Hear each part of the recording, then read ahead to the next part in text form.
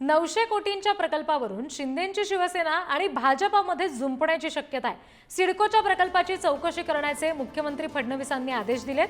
ठाकरेंच्या सेनेचे माजी आमदार संतोष सांबरे यांनी फडणवीसांना पत्र लिहिले होतं। शिंदेंच्या शिवसेनेचे संजय शिरसाट हे सिडकोचे अध्यक्ष होते।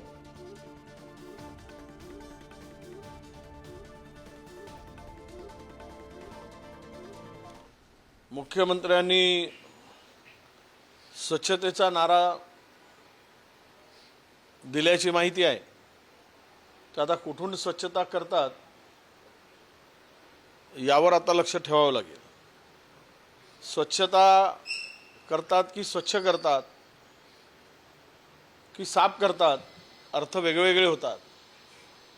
तर मला वाटतं की त्याची सुरुवात कदाचित शिंदेंपासून झाली असावी, स्वच्छतेची आणि सफाईची। हा सगळा प्रकार अत्यंत किळसवाणा राज्यामध्ये आम्हाला वाटतोय। हे प्रकरण नेमकं काय आहे आपण बघूया। अधिकाऱ्यांचा काही व्यावसायिक आणि दलालांशी आर्थिक हितसंबंध असल्याचा आरोप या प्रकरणात केला गेलाय। आर्थिक हितसंबंध जपण्यासाठी प्रकल्प राबवल्याचा आरोप केला गेलेला आहे। सिडकोच्या खरपुडी प्रकल्पाचा गौडबंगाल नेमकं काय आपण बघतोय। स्थानिकांकडून कमी दराने जमिनी खरेदी करण्यात आल्या। धनदांडग्यांना फायदा होण्यासाठी प्रकल्प राबवल्याचा आरोप केला गेलेला आहे। या प्रकल्पाची संकल्पना 2018 साली सिडकोने मांडली। प्रकल्प व्यवहार्यता तपासणीसाठी आंतरराष्ट्रीय संस्थेची नियुक्ती करण्यात आली।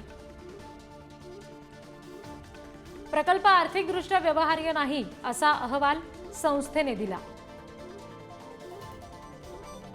शासनाचा 9 जुलै 2020 ला हा प्रकल्प निर्धिसूचित करण्यात आल्याचा निर्णय करण्यात आला।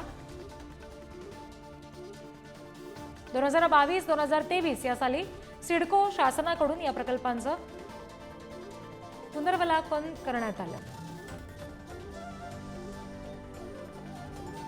2023 मध्ये KPMG या संस्थेनं नवा अहवाल दिला। 2024 मध्ये या प्रकल्पाला अंतिम मान्यता देण्यात आली। काही वर्षात प्रकल्प अचानक व्यवहार्य कसा ठरतो हा सवाल यावरून उपस्थित करण्यात आलाय।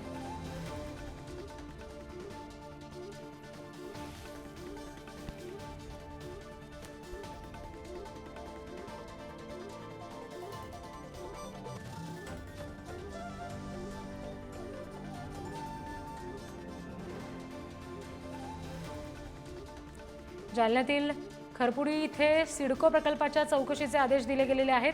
जालन्यातल्या ज्या खरपुडीच्या सिडको प्रकल्पाच्या चौकशीचे आदेश देण्यात आलेत त्या ठिकाणच्या शेतकऱ्यांच्या नेमक्या काय प्रतिक्रिया आहेत ते सुद्धा पुढारी न्यूजनं जाणून घेतलेलं आहे।